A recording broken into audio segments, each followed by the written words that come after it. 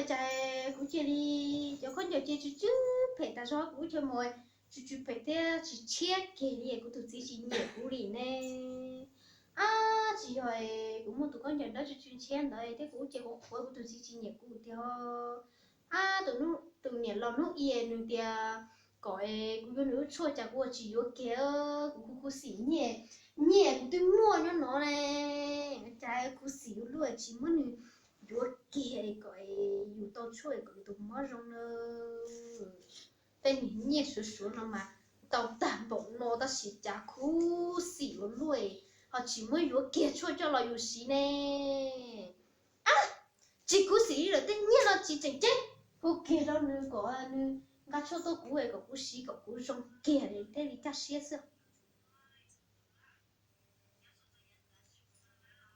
alo nhìn lâu rồi ê nhìn lâu coi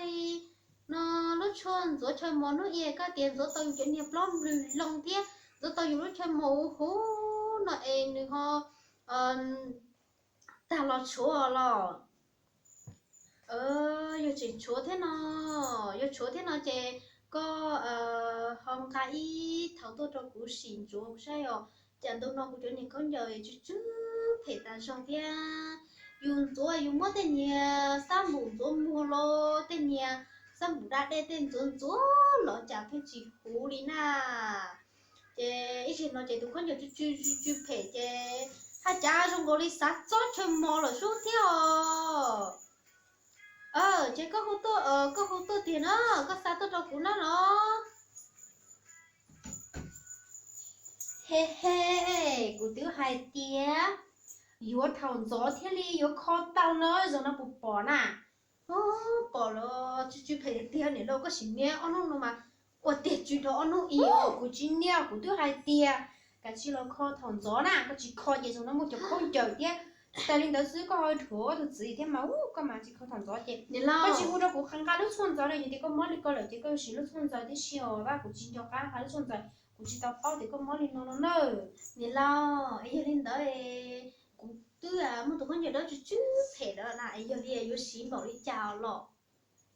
giờ thì có mua món chỉ tu lại đó chị chiều thì nhà ta lo của hai đó có thì có chuyên xe nó nói chỉ có chỉ dúa nè thì giờ nó có một món chỉ tôi là chỉ có sử dụng non tê mà lọ, của chuyên khai thì cũng cái lúc nó chỉ có sử dụng tê, thôi thì có dùng nó chỉ cũng mà có mà đi hư cho các mà cũng mà sao đâu có nữa, nên đó, thì tung cái gì vậy vậy đi hút thấu sữa, thì lời cứ thứ là bông cái máy hư đâu có chỉ cho mình mà lọ, có bông bê của tôi bông cái chế tôi nè, chỉ có bông cái chế của, cái gì à, chỉ lưỡi thế nào lưỡi là chỉ tao chỉ cũng mắm mắm làm gì à? Ê, này có bếp bùi gì đâu? Có bếp bùi gì xưa mà? Thế này, để nó ít bùi à? Chị ơi, nó ít bùi xưa hay có nhiều có mấy bùi của xưa? Ê, ốc bùi nó nè. Ê, ốc bùi xưa nè. Ê, chị tao bếp bùi nó nè. Ê, bếp bùi xưa lô. Có mà, chỉ mua ít rồi mua đến.